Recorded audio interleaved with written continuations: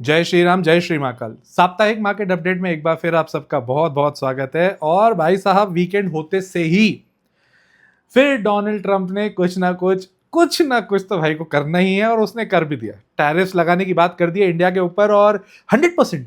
ये इनको मतलब 3 फिगर्स से नीचे फिगर्स अच्छे भी नहीं लगते वैसे, राइट। तो काफी चीजें हुई है इस हफ्ते, और इस हफ्ते हमें आगे किस हफ्ते अगले हफ्ते किस तरह से देखना है मार्केट, इन सारी चीजों को ध्यान से देखिएगा। क्योंकि ये वाला साप्ताहिक मार्केट अपडेट एक तो आपको चीज बताएगा कि हम लोग के पास फिर वोलेटिलिटी बनेगी। वोलेटिलिटी बनने का एक बहुत बड़ा कारण इंडिया में वीकली कैंडल जो बनी है निफ्टी पर, वो बहुत बड़ा रीजन है। ठीक है, तो हम एक एक चीज पहले कवर करते हैं। तो पहली चीज, डोनाल्ड ट्रंप ने फिर बोला इंडिया के ऊपर हम 100% टैरिफ लगाएंगे। लगाओ भाई।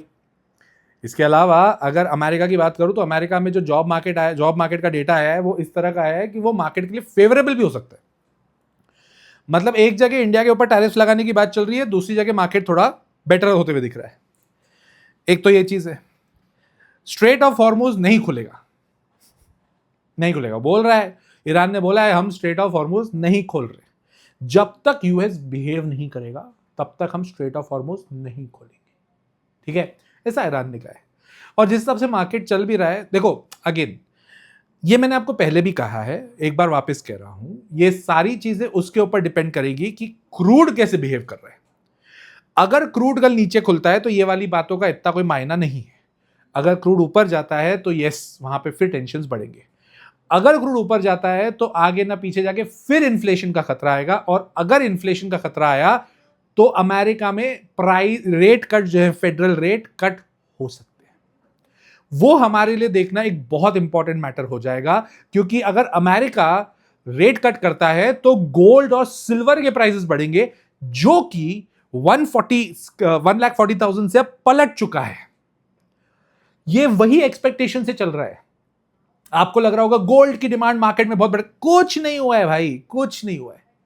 हुआ सिर्फ एक ही चीज है कि अमेरिका ने फिर ऐसा कहा है कि फेड ने रेट कट करने की बात कर सकते अगर इन्फ्लेशन बढ़ता है तो ये सारी चीजें जो कनेक्ट हो रही है ना, ये आपको एक तरह से बता रही है कि वोलेटिलिटी और बढ़ने वाली है। ठीक है, जो कि एक्सपेक्टेड था भी, और वो भी हो रहा है। अब एक और चीज हो रही है मेरे को जो पसंद आ रही है, आप लोगों के लिए भी बहुत अच्छी बात है ये, आईपीओ मार्केट फिर बेहतर होते हुए दिख रहा है। That's a good point.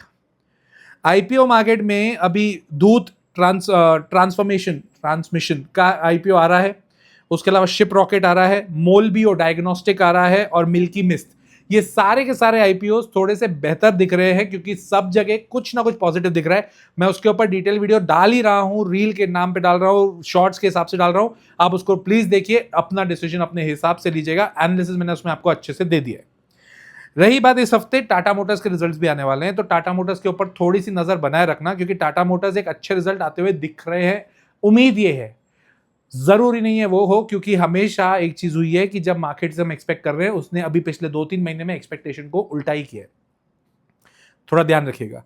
Vodafone idea का भी रिजल्ट आने वाला है, और वोडाफोन आइडिया कुछ जगह ना बहुत मेहनत से काम कर भी रहा है, जिसमें मेरे को लग रहा है पॉजिटिव इंटेंट। अगर वो भी हो जाती है तो that's good for Vodafone idea. Silver 2,12,000 से पलटा है, और अब 2,12,000 एक स्ट्रॉन्ग सपोर्ट बन जाएगा सिल्वर का। थोड़ा सा सतर्क रहना। Silver is gonna be more volatile as compare to gold, तो थोड़ी सी उसके ऊपर नजर बनाए रखिएगा। रही बात दूत ट्रांसफॉर्मेशन ने, जो अभी आईपीओ आ रहा है ना, मेरे को ये अपडेट देना जरूरी था। ये आईपीओ ने 918 करोड़ 918 करोड़ का फंड रेस किया है अपने 72 एंकर इन्वेस्टर्स से, जो ऑलरेडी इन्वेस्टेड थे इसमें। उनसे 918 करोड़ और करवाया है।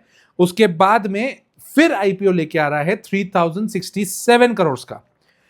अगर आप देखोगे ध्यान से तो मार्केट में आपको बहुत सारी चीजें अलग अलग होते हुए दिख रही होंगी, जो कि हमें समझ में आनी चाहिए कि इस हफ्ते भी हमें वोलेटिलिटी दिखेगी। जिस दिन हम सोचेंगे कि ब्रेकआउट मिल गया, हो सकता है वहां से पलट जाए, तो आपको अपना स्टॉप लॉस बहुत बराबर रखना है, और उसी के लिए हम लोग साप्ताहिक मार्केट अपडेट रखते भी है। तो साप्ताहिक मार्केट अपडेट में हम स्टॉप लॉसेस के ऊपर आ जाएं। निफ्टी की बात करूं, जो मैंने कहा था, निफ्टी ने बनाई है perfect doji. I am not saying imperfect, perfect doji बनाई है। डोजी एक ऐसा ऐसा पैटर्न होता है जो आपको वोलेटिलिटी दिखाएगा। अब डोजी के ऊपर अगर इस हफ्ते हमें क्लोजिंग मिल गई, दैट इज 24,800 के ऊपर अगर क्लोजिंग मिल गई इस हफ्ते, फ्राइडे की बात कर रहा हूं मैं, ये वीकडे की बात नहीं कर रहा, अगले फ्राइडे में अगर 24,800 को क्रॉस करके निफ्टी बंद होती है तो it will be considered as a breakout and we might see 25,600 25,400 अगर ये क्रॉस होती है तो। ठीक है, इसके अलावा नीचे अगर 24,400 के नीचे गई तो भाई 24,800 हमारे लिए थोड़ा डेंजरस ही हो जाएगा, फिर आसानी से वो क्रॉस नहीं होगा। ठीक है, क्योंकि डोजी से पलटना is very dangerous. Bank Nifty की बात करें तो बैंक निफ्टी लैग कर रहा है एज कंपेयर टू जितना निफ्टी चला है, बैंक निफ्टी उतना नहीं चला है। तो bank Nifty has to cross 58,600 और अगर वो 56,600 मतलब 2,000 पॉइंट की रेंज है, इफेक्टिवली देखा जाए तो 4% का ही रेंज है, वो अगर उसके नीचे जाता है तो खतरनाक हो सकता है। रही बात अगर आप पूरे जितने भी अभी शेयर्स की मैं बात करूंगा ना, majority of the shares are actually trading at their resistance, मतलब वो रेजिस्टेंस पे इसको क्रॉस करना जरूरी है। तो ऑटोमेटिकली अगर निफ्टी 24,800 को क्रॉस करती है, 25,000 के ऊपर चलती है, तो ऑटोमेटिकली सारे रेजिस्टेंस टूटेंगे। कैसे? रिलायंस की बात करते हैं। रिलायंस का एक सपोर्ट था 1340 का जो टूटा था, उसके बाद अब वो उसका रेजिस्टेंस बन चुका है। अब वो 1328 1330 के आजू बाजू चल रहा है, तो जब तक वो 1340 को क्रॉस नहीं करता तब तक फ्रेश तेजी हम रिलायंस में एक्सपेक्ट नहीं कर सकते। और रिलायंस में अगर तेजी आती है तो निफ्टी भागेगा ना यार। नेक्स्ट की बात करते हैं एसबीआई। 1120 का एक रेजिस्टेंस था, उधर से ही पलटा इस बार। एक बार 1120 के ऊपर की अगर अपने को क्लोजिंग मिल जाती है तो गुड टू गो।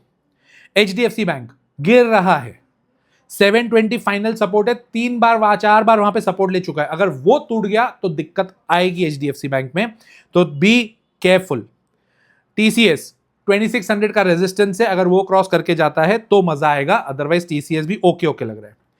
इन्फोसिस 1200 का रेजिस्टेंस है। आप देखना एक चीज, नियर टू सारी कंपनीज अपने रेजिस्टेंस पे है, तो अगर वो क्रॉस करती है तो निफ्टी 24,800 क्रॉस करेगी, और अगर निफ्टी 24,800 क्रॉस करती है तो we will have a fresh तेजी in the market. Tata power 370 का सपोर्ट है, लेवल है, ध्यान रखिएगा। नैल्को 400 के ऊपर जाएगा तो ही तेजी आएगी। वेदांता का सपोर्ट 260 रुपए का है, 260 का सपोर्ट है। हिंद कॉपर 500 का सपोर्ट है। एनएमडीसी 80 का सपोर्ट है। सीजी पावर 800 का सपोर्ट है। अब ये वाले लोग सपोर्ट, ये वाली कंपनी सपोर्ट पे चल रही है, ध्यान दीजिएगा। जीआरएससी का लेवल है 2400 जो पिछले हफ्ते भी मैंने क्लियरली आपको बताया था। वारी एनर्जीज, इसके ऊपर प्लीज ध्यान रखिएगा, अब 2550 इसका सपोर्ट है। क्या चला है यार, वारी एनर्जीज, एचएएल, बीएल हमेशा से बढ़िया चल रहे हैं यार, क्या दिक्कत है उसमें? तो चलिए एचएएल के ऊपर बात भी कर लें। एचएएल 5000 तक वापस पहुंच गया भाई। बहुत लोगों ने मेरे को कमेंट किया, सर आप हमेशा एचएएल के लिए पॉजिटिव होते हो। अरे क्यों नहीं हूं यार, तुम देख लो कैसे चलता है। फिर 5000 के ऊपर जाएगा तो अब और फ्रेश तेजी आएगी। मजगांव डॉक 2600 के ऊपर चलना चाहिए।